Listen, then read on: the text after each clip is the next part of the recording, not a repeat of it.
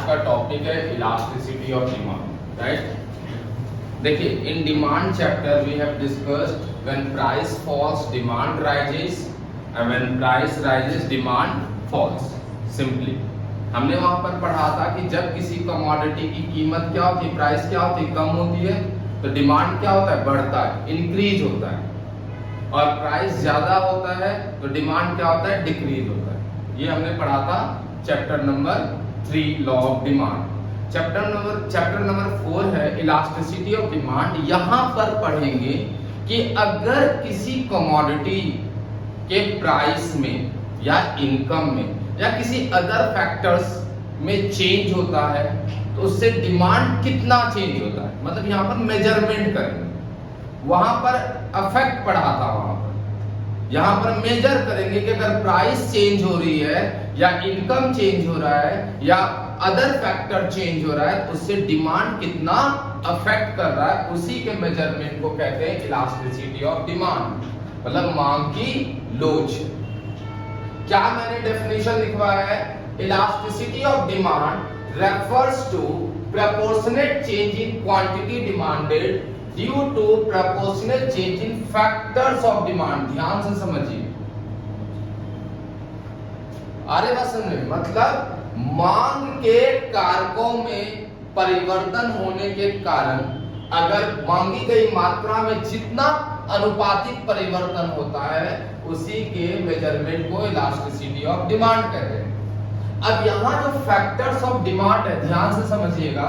Factors of demand तो मैंने आपको बहुत सारे पढ़ाए थे डिमांड चैप्टर में। मैंने प्राइस भी पढ़ाया था फैक्टर्स ऑफ डिमांड में, मैंने आपको प्राइस ऑफ सब्स्टिट्यूट भी पढ़ाया था फैक्टर्स ऑफ डिमांड में, जो कॉम्प्लीमेंट्री गुड्स था, ठीक है। मैंने आपको इनकम भी पढ़ाया था, मैंने आपको टेस्ट एंड प्रेफरेंस भी पढ़ाया था, मैंने आपको एक्सपेक्टेड प्राइस भी पढ़ाया था। बहुत सारे फैक्टर्स, तो उन फैक्टर्स में चेंज होने के कारण डिमांड जो चेंज होगा उसी के मेजरमेंट को इलास्टिसिटी ऑफ डिमांड कहते हैं। तो मेजरली देखा जाए, अगर मैं मेजरली इसको डिवाइड करूं तो डिमांड आपका प्राइस में भी चेंज होने के कारण होता है, इनकम में भी चेंज होने के कारण होता है और रिलेटेड गुड्स के चेंज होने के कारण भी होता है ना। अब बाकी और भी फैक्टर्स पढ़ाए थे मैंने। तो क्वेश्चन है कि कौन सा इफेक्ट पढ़ेंगे हम, प्राइस वाला चेंज होने के कारण इफेक्ट पढ़ेंगे या इनकम वाला चेंज होने के कारण इफेक्ट पढ़ेंगे या रिलेटेड गुड्स वाला चेंज होने के कारण इफेक्ट पढ़ेंगे। समझ में आ रही बात। तो बेटा यहाँ पर इलास्टिसिटी ऑफ डिमांड जो होता है वो 3 तरीके का होता है। इलास्टिसिटी ऑफ डिमांड 3 टाइप्स का हम मेजरली डिवाइड करते हैं। Price elasticity of demand, price elasticity of demand, right, income elasticity of demand,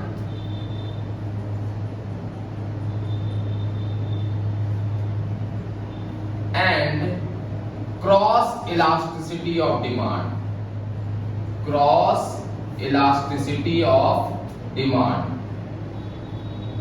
ठीक है, इसको कहते हैं मांग की कीमत लोच, मांग की कीमत लोच, इसे कहते हैं मांग की आय लोच, मांग की आय लोच, और इसे कहते हैं मांग की तिरछी लोच या तिरछी मांग की लोच, तिरछी मांग की लोच। अगर प्राइस इलास्टिसिटी ऑफ डिमांड है, इट मींस प्राइस में चेंज होने के कारण डिमांड जितना चेंज होगा, that is called price elasticity. Income में चेंज होने के कारण डिमांड कितना चेंज होगा, इनकम इलास्टिसिटी। और रिलेटेड गुड्स के चेंज होने के कारण डिमांड जितना चेंज होगा, क्रॉस इलास्टिसिटी। क्लास 11th में जो आपके सिलेबस में, सीबीएसई के सिलेबस में ओनली प्राइस इलास्टिसिटी है, इनकम और क्रॉस इलास्टिसिटी हमारे सिलेबस में नहीं है।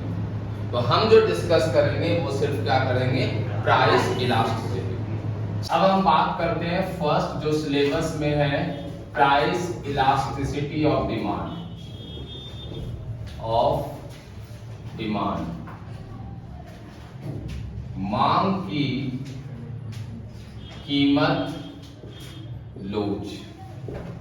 तो क्या होता है price elasticity of demand, same definition लिखेंगे जो मैंने आपको इलास्टिसिटी ऑफ डिमांड का पढ़ाया था, बस फर्क ये है कि वहां पर due to change in factors of demand लिखा था, यहां पर लिखेंगे due to change in price. मतलब elasticity of demand, elasticity of demand refers to proportionate change in demand due to proportionate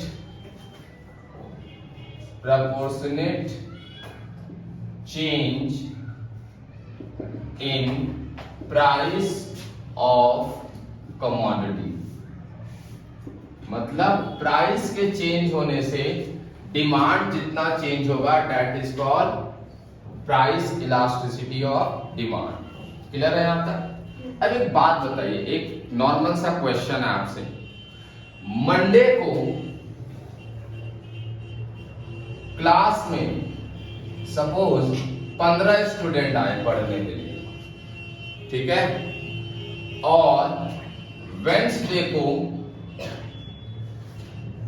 class में सपोज 21 स्टूडेंट्स आए पढ़ने के लिए, ठीक, तो कितना स्टूडेंट ज्यादा आया? 6। कैसे निकाला 6?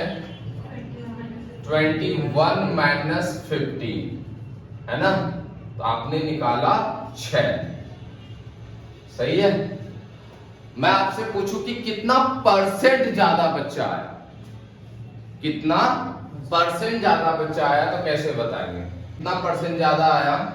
सिंपल, जितना चेंज हुआ ऊपर, जितना ओरिजिनल था नीचे, और मल्टीप्लाई किससे कर देंगे? 100 से। तो यहां पर परसेंटेज इंक्रीज निकल जाएगा कि कितना इंक्रीज हुआ है। ठीक है, 3 5 जा 15, 3 2 जा 6, 5 20, 20 into 2 मतलब 40%, मतलब 40% बच्चा क्या आया है? ज्यादा है। उसी तरह ध्यान से समझिएगा, मैंने बोला कि इलास्टिसिटी ऑफ डिमांड क्या होता है? It refers to proportional change in demand या quantity demanded due to proportional change in price of a commodity. जितना प्राइस में चेंज होगा, चाहे प्रोपोर्शनेट बोल दीजिए या परसेंटेज बोल दीजिए, बात एक ही है। मतलब परसेंटेज चेंज इन प्राइस, जितना प्राइस में चेंज होगा उसके कारण जितना डिमांड में चेंज होगा, परसेंटेज चेंज इन डिमांड। अरे बात समझ में? इसी को हम क्या कहते हैं? इलास्टिसिटी ऑफ डिमांड, मांग की लोच। बात समझ में आ रहा है?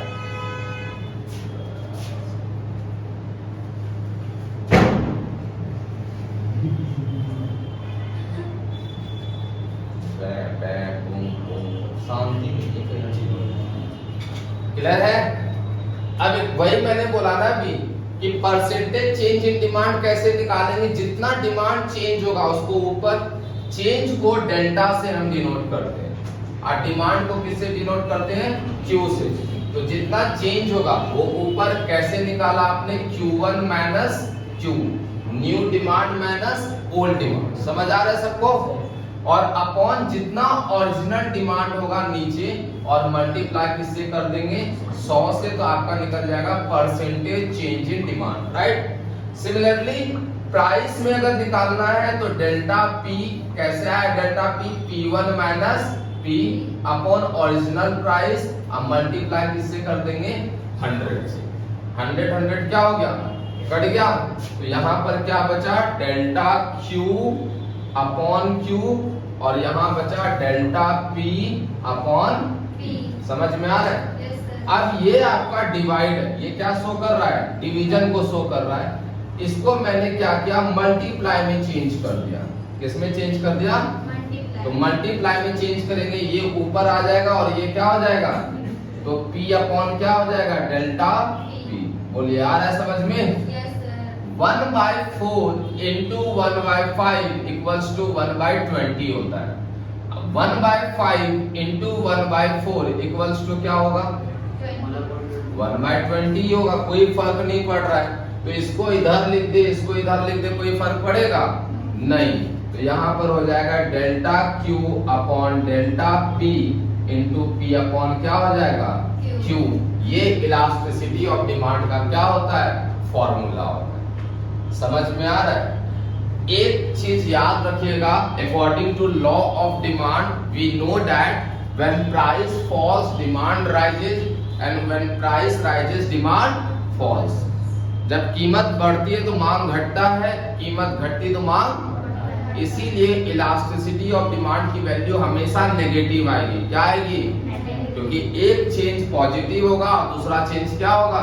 नेगेटिव। ऑटोमेटिकली जब आप न्यूमेरिकल सॉल्व करूंगा तो बता दूंगा। समझ में आ रही बात?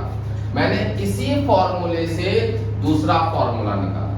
तो जब न्यूमेरिकल क्वेश्चन आएगा तो आप ये भी फॉर्मूला यूज करेंगे और ये भी फॉर्मूला यूज करेंगे। डिपेंड करता है कि क्वेश्चन किस प्रकार गिवन है। इस मेथड को बोला जाता है परसेंटेज मेथड। कौन सा मेथड बोला जाता है? परसेंटेज मेथड, प्रतिशत विधि। आपके क्वेश्चन में एक पेपर में एक न्यूमेरिकल क्वेश्चन आएगा कि मांग की लोच ज्ञात कीजिए कौन सी विधि से? प्रतिशत विधि से, परसेंटेज मेथड से। तो आपको या तो ये फॉर्मूला या तो ये फॉर्मूला लगाना है, डिपेंड ऑन द क्वेश्चन कि क्वेश्चन कैसा दे रखा है, उसमें से हम सेलेक्ट अपने आप आपको पता चल जाएगा। क्लियर है? देखिए अब क्वेश्चन किस तरीके का पेपर में आता है। एक सिंपल क्वेश्चन दिया है मैंने, when price of a commodity rises from ₹40 to ₹60, demand falls from 120 to 90 units, find ED मतलब मांग की लोच ज्ञात कीजिए। जब किसी वस्तु की कीमत 40 से बढ़कर 60 रुपए होता है तो जो उसकी मांग है 120 से घटकर कितना हो जाता है? 90 हो जाता है। तो मांग की लोच ज्ञात कीजिए। समझ में आ रही बात? क्वेश्चन समझ में आ गया? तो पहले आप एक टेबल बनाएंगे। जैसे यहाँ पर मैंने प्राइस ले लिया और यहाँ पर क्वांटिटी ले लिया। प्राइस कितना था? 40। कितना हो गया? 60। ठीक है, ये पुराना ओल्ड प्राइस और न्यू। इधर ध्यान दीजिए, लिखिए मत। ये ओल्ड प्राइस है और ये न्यू प्राइस है। डिमांड कितना था? कितना हो गया? 90। ये ओल्ड क्वांटिटी है और एक न्यू क्वांटिटी है। क्लियर है? वी नो दैट ईडी का फॉर्मूला क्या होता है? मांग की लोच का formula delta Q upon delta P into P upon Q। ठीक है, तो यहाँ पर पहले आपको डेल्टा Q निकालना पड़ेगा, जिसको मैंने बोला था Q1 माइनस कैसे निकालते हैं? Q1 न्यू क्वांटिटी और Q old quantity. New quantity जो है वो कितना है? 120, ये 90 है और ओल्ड क्वांटिटी कितना है? 120। कितना आ गया? माइनस का 30। समझ में आ रहा है? बोलिए। और डेल्टा P इक्वल्स टू होता है P1 minus P, right? New price minus old price. New price कितना है? 60। ओल्ड प्राइस कितना है? 40। तो कितना हो गया? 20। ये रुपीस में हो जाएगा और ये किस में आ जाएगा? यूनिट। ओरिजिनल प्राइस कितना है? 40 और ओरिजिनल क्वांटिटी कितना है? 120। बोलो आया समझ में? अब ईडी का ये फॉर्मूला है, वैल्यू पुट कर दो। डेल्टा Q का वैल्यू कितना निकाला? 30। डेल्टा P का वैल्यू कितना निकाला? 20 मल्टीप्लाई, ये 30 माइनस का है तो माइनस लगाएंगे। प्राइस कितना है आपका? ओरिजिनल 40 और क्वांटिटी कितना है आपका? 120। ठीक है, ये आपका 43 जा 3 10 जा, ये हो गया माइनस 10 अपॉन 20। 0 0 कट गया, 1/2 मतलब माइनस हो गया 0.5। तो ईडी का वैल्यू कितना हो गया? माइनस 0.5। समझ में आ रहा है? अगर 0.5 है तो इसको ऐसे वर्ड में बोलते हैं therefore ED is less than 1। क्या बोलेंगे? ED is less than 1। एक से क्या है? कम है। अगर एक से ज्यादा आ रहा है 1.2 1.4 तो ईडी इज मोर देन 1। समझ में आ रहा है? आसान है ये बहुत। बहुत सिंपल केस है। कैसे पता चला कि हमें यही फॉर्मूला यूज करना है? समझ में आ रही बात? तो सिंपल सी बात है, हमारे पास सारे वैल्यूज गिवन है, कोई भी वैल्यू परसेंट में है नहीं। जब कोई भी वैल्यू परसेंट में नहीं है तो वो परसेंट वाला हमें यूज नहीं करना। परसेंट वाला तब यूज करेंगे जब एक वैल्यू परसेंट में है या दोनों ही वैल्यू क्या है, परसेंट में। मतलब आपको ऐसे गिवन होगा 50% fall in price results rise in demand from 100 units to 180 units. तो इसका मतलब 1% में था, एक नॉर्मल था, तो यहाँ पर परसेंट मेथड यूज करोगे। या 50% fall in price results 80% rise in demand, मतलब 50% कीमत कम होने से 80% मांग बढ़ गया, तो दोनों परसेंट में वैल्यू है, तो कौन सा यूज करोगे, परसेंट मेथड। समझ में आ रही बात? लेकिन यहाँ पर नॉर्मल कंडीशन है तो नॉर्मल फॉर्मूला यूज करेंगे। Is that clear to all? ठीक है। अब 40% fall in price of a commodity results increase in demand from 80 units to 130 units। अब एक वैल्यू परसेंट में और दूसरा वैल्यू सिंपल नंबर में, तो यहाँ पर परसेंट वाला मेथड यूज होगा। सॉल्यूशन कैसे? पहले सॉल्यूशन, पहले देखो गिवन क्या है। गिवन हमारे पास ये है कि फॉल इन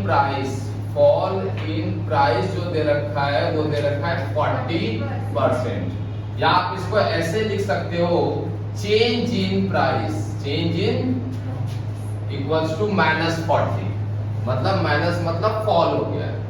समझ में आ रही बात? अब यहाँ पर क्वांटिटी जो है आपका कितना, 80 यूनिट से इंक्रीज होकर के कितना हो गया, 130। मतलब आपका जो ओरिजिनल क्वांटिटी था वो था 80 और जो न्यू क्वांटिटी है वो कितना है, 130। 1% में है तो दूसरे को भी परसेंट में निकालना होगा, तो यहाँ निकालना है चेंज इन क्वांटिटी। क्या निकालेंगे, चेंज इन क्वांटिटी डिमांडेड। पहले क्या फॉर्मूला बताया था, Q1 minus Q upon Q into 100। मतलब new quantity 130, old quantity 80 divide by original quantity 80 और मल्टीप्लाई बाय 100। तो ये हो जाएगा आपका 50 अपॉन 80 इंटू 100, 0 0 0 0 कट गया यहाँ पर, 500 डिवाइड बाय 8, 8 6 जा 48, यहाँ पर 2 बचा, ठीक है, 8 2 जा 16, 8 5 जा 40, तो 62.5% ये आपका आ गया चेंज इन डिमांड। क्लियर है? अब वी नो दैट ईडी का फॉर्मूला क्या होता है, ईडी का फॉर्मूला होता है percentage change in demand upon percentage change in price, percentage change in price. Percentage change in demand कितना है, परसेंटेज चेंज इन डिमांड है 62.5 और परसेंटेज चेंज इन प्राइस है -40। पॉइंट हटा दो, नीचे हो जाएगा 400। अब 400 को डिवाइड, 625 को 400 से डिवाइड कर दीजिए, ये हो जाएगा 400 आया 225, पॉइंट लगा दोगे 0, 4 पंचे 20, 2000 आ जाएगा, 250, फिर 0, 4 6 24, 2400 आ गया, 2 डिजिट तक काफी है, तो आंसर होगा -1.56, मतलब ED is more than 1। Clear है?